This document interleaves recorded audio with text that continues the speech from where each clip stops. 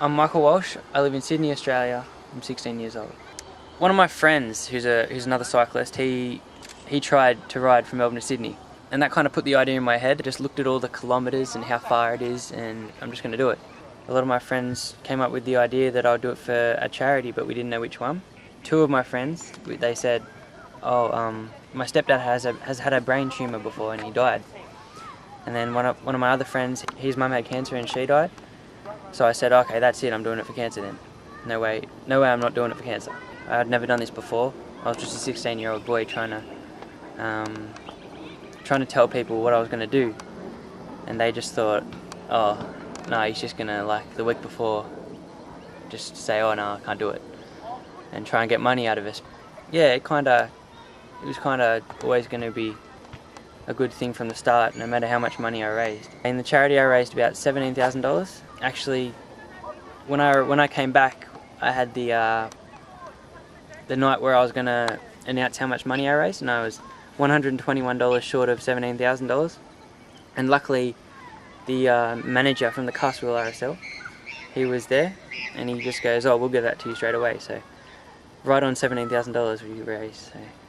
Probably physically, the hardest thing about the project was getting up every day after riding 200 kilometres one day, getting up, riding 200 kilometres the next day, riding the same amount the next day. Your body and your muscles are really fatigued. I made up a few little things that I would carry along with me just to keep me going, and one was my vision.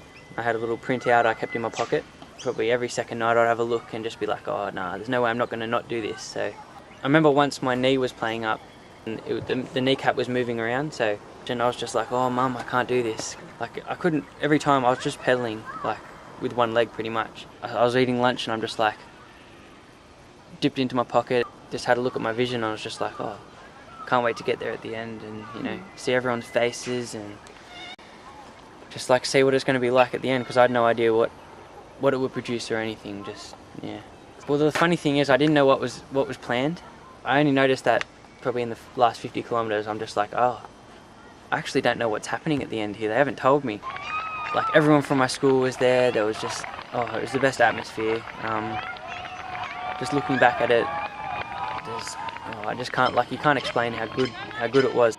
Yeah, the feeling was just like a feeling of accomplishment. I've just like done something that I've always wanted to do for a while. Like I'm just someone's like, oh, what do I do? I don't know. I really want to do this, but I don't know how I can do it. It's too hard. But they should just get off their ass and do it. They should just step up, and if they don't step up, they're never going to achieve anything in life. And I mean, it's always hard to step up and just do what you want to do, but it's what you want to do, and you just gotta do it.